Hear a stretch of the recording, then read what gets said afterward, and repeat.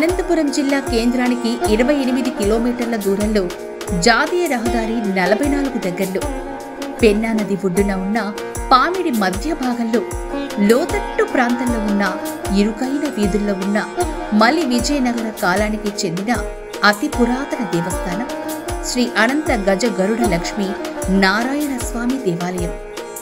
ఈ దేవాలయం పూర్తి ఇసుకతో కప్పబడి కొంతకాలం తర్వాత బయటపడిన దేవాలయంగా పెద్దలు చెప్తూ ఉంటారు.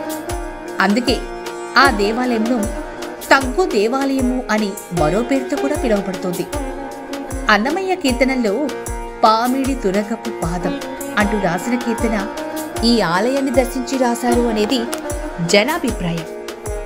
ఒకే శిలలో ముసలిపై గజం, దానిపై గరుడు, ఆయన చేతులపై శ్రీ లక్ష్మీ నారాయణుడు, ఎడమవైపు లక్ష్మీదేవి, తలపైన 7 తలల అనంత నాగమైన ఆదిశేషుడు, చేతుల్లో శంఖచక్రాలు, ఒక చెయ్యి అభయమిస్తే మరొకటి అమ్మవారి నడుమును తాకుతున్నట్లుగా చెక్కబడిన ఈ అద్భుతమైన శిల్పం వైష్ణవ సాంప్రదాయంలోని భాగవత ఆరాధనలో శ్రీ మహావిష్ణువు ముసలిబారి నుంచి ఏనుగును రక్షించడానికి వచ్చిన గజేంద్ర మోక్ష ఘట్టాన్ని మన కళ్లకు కట్టినట్లు చూపించే శిల్పకావ్యం.